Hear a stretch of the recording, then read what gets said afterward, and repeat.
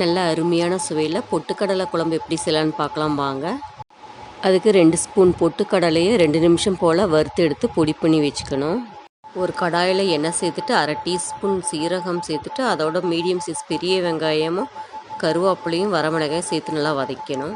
Medium size தக்காளி ஒன்று நல்லா பொடியை கட் பண்ணி போட்டு அதையும் சேர்த்து நல்லா வதக்கிட்டு ஒரு 1/4 டீஸ்பூன் மஞ்சள் தூள், 1/2 teaspoon garam masala, 1 table spoon sambar தூள் போட்டு நல்லா வதக்கணும். தண்ணி கொஞ்சம் கலந்துட்டு மூடி வச்சு கொதிக்க வச்சுக்கலாம். பச்சை வாசம் கொஞ்சம் போகட்டும். அரைச்சி வச்ச பொட்டுக்கடலை பொடியை தண்ணியில் கலந்துட்டு இதில் சேர்த்துக்கலாம். தண்ணி கொஞ்சம் அதிகமாகவே சேர்த்திக்கணும். குழம்பு கெட்டியாயிடும். தேவையான அளவு உப்பு சேர்த்துட்டு மூடி வச்சு ஒரு 2 நிமிஷம் போல் நல்லா கொதிக்க வைக்கணும். கடைசி பெருங்காயத்தூளும் மல்லி இலையும் சேர்த்து இறக்கிக்கணும். பொட்டுக்கடலை குழம்பு ரெடி. என்னோடய ஸ்டைலில் நீங்களும் ட்ரை பண்ணி பாருங்கள், அசத்துங்க. இந்த வீடியோவை லைக் பண்ணுங்கள், ஷேர் பண்ணுங்கள், சப்ஸ்கிரைப் பண்ணுங்கள், பெல் ஐக்கானை ப்ரெஸ் பண்ணிக்கோங்க.